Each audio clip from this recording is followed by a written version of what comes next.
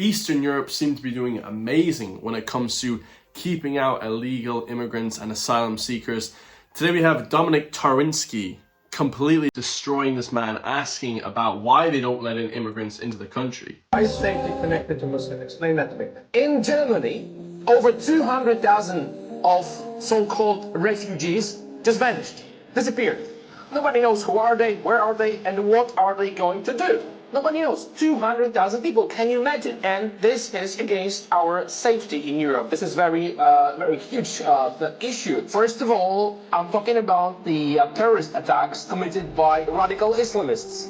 That's number one. Rapes in Sweden, hidden for 13 months. I'm talking about the youth festival where girls were raped by illegal Muslim immigrants. You're saying it has nothing to do with Muslims, but then you're saying Muslims are terrorists and where people were raped as well, and that was hidden. Okay, but again, you're saying it has nothing to do with Muslims, but Muslims are raped. But these cases, it's true, but these cases are committed by illegal Muslim migration, which was proven by the police.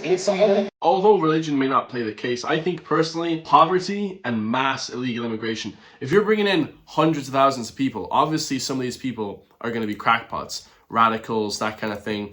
Do I think that everyone coming from everywhere is bad? No, absolutely not, guys. You can't say a certain religion or anything like that is particularly bad. Like, you know, that would just be crazy to say that. Because obviously there's amazing countries in the Middle East, Bahrain, Qatar, Kuwait, the UAE. But obviously if you're coming from some flipping shanty town, some shack in Islamabad, that's an Al-Qaeda stronghold, then obviously, yeah, these people are not coming here for good reasons. And when we talk about illegal immigration, you know, we're so soft in Ireland, in Europe, in the US. Look at these different countries. Look at these other countries in the world. If you come in illegally, look at how every other country in the world treats illegal immigration. They're extremely severe and extremely strict when it comes to this stuff. We're the only countries in the world that give you a 5-star hotel, free meals. It's a complete joke, like. It's for illegal entry in other countries. So if you enter illegally Singapore, that's 6 months in prison. If you enter illegally Russia, that's 2 years in labor camp. If you enter illegally India, that's 8 years in prison. Pakistan, 10 years in prison. North Korea, obviously, death penalty. And you enter here in Canada or the US and even Europe, and what do you get? Free housing, healthcare, education, food, public transport, cell phones, cash. Come on, guys. A country can only be a country if it protects its borders. Immigration is not bad, but illegal immigration should be penalized at the full extent of the law. And you know, we talk about illegal and legal. Obviously, like I said before, it's the numbers. If the numbers are too high. But if you go in illegally to Singapore, 6 months, Pakistan, 10 years. You know, how many illegal people do we have here, coming here from Asia? Tons. Absolutely tons, guys. But in those countries, it's 10 years, 8 years, 15 years. They're extremely strict on that stuff. But if you come to Ireland illegally, you get a house, a bed, a flippin' 5-star hotel, you get Gordon Ramsay meals, you get all this stuff, and we're getting screwed every single day. Our regular own Irish people get flippin' nothing. You don't even get the dole here sometimes. Like, it's just a disaster, guys. Come on. Entering places illegally should be really, really strict consequences for that. And I think the reason we're able to talk about this stuff is literally because Elon Musk purchased Twitter. The reason why we're able to talk about a lot of this immigration and trans stuff and this woke left-wing insanity, is because a few years ago when Elon Musk bought Twitter and turned it into X, he basically saved the country by pushing the Overton window so far right that now you're able to say what you want, okay? Anyone's allowed to say whatever they want. They've pushed other platforms, Facebook, Instagram, YouTube, really far right as well. And that's why he's changed the world in that regard. Because he's pushed that Overton window. Now we're able to talk freely. If Elon Musk didn't take over X, we would be screwed. We'd still be subject to all this woke left-wing nonsense. I purchased Twitter, and I don't say this lightly, I think he changed the course of civilization. I really do. I think we were on our way to this weird dystopian censorship complex that was already moving. Oh, yeah. We had already had intelligence agencies that were contacting Twitter. We know this through the Twitter files, and they were banning certain people that weren't saying incorrect things, but they were saying things that were inconvenient. And they turned out to all be accurate. All the things that they were warning about, all the things that they're saying, all turned out to be accurate. They stopped the distribution of the Hunter Biden laptop story by the New York Post. The New York Post, the second oldest newspaper in America. It's a fucking huge newspaper.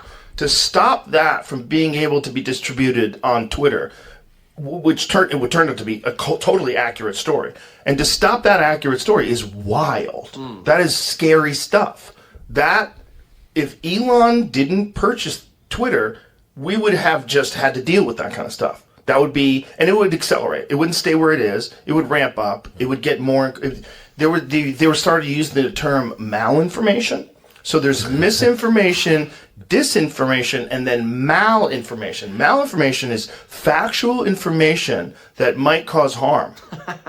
Yeah, I mean, how bizarre is that? We're not even allowed to speak facts anymore because we'll go to jail. In the UK, they've arrested 12,000 people. This malinformation, and this is what the Irish government, they say, disinformation, misinformation, malinformation, whatever the new speaking buzzword topic is of the day, because they have all these buzzwords.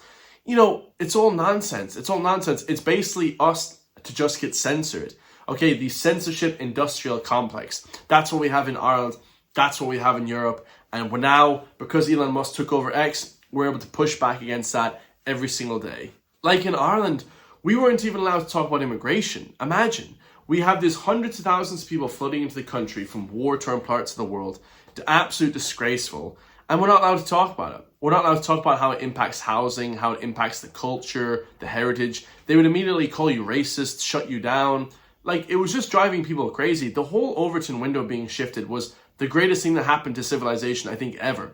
Of course, when 9/11 happened in the US, I think that was a landslide as well. That kind of destroyed a lot of the actual free speech in the US, the Patriot Act. Obama actually reissued the Patriot Act. That's how left-wing woke Obama was. But now with Donald Trump, he's pushing far back against the censorship. Google isn't that censored anymore. Facebook isn't that censored anymore. Instagram, YouTube, it's now becoming really uncensored. A lot of people want to hear the actual truth and nothing but the truth. We don't want to hear this fabricated story by the mainstream media. And the mainstream media is getting destroyed because now anybody with a camera can set up their own TV show, their own radio show, and they can actually just destroy the arguments of this woke mainstream media. And the Irish government, of course, on top of it. Let me know your thoughts. I love you all. If you want to support me, hit the join link underneath the video. Become a member today for just €3 per month so I can help push back every single day against the mainstream media and the woke Irish government. Of course, we have to attack the government because they are just disgraceful. I think up till literally 2 years ago, there was like nobody even talking about the Irish government. There was like a few people and nobody was getting heard. Now with X, oh my God. I mean, the cat is out of the bag, guys. Like everything now is coming to the forefront and you can't hide from the truth, you sons of bitches that are getting your comeuppance. The karma is coming all the way down on these scumbags. Leo Varadkar, Simon Harris, Micheál Martin.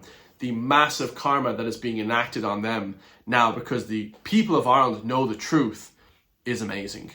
I'll see you in the next one, lads. Peace.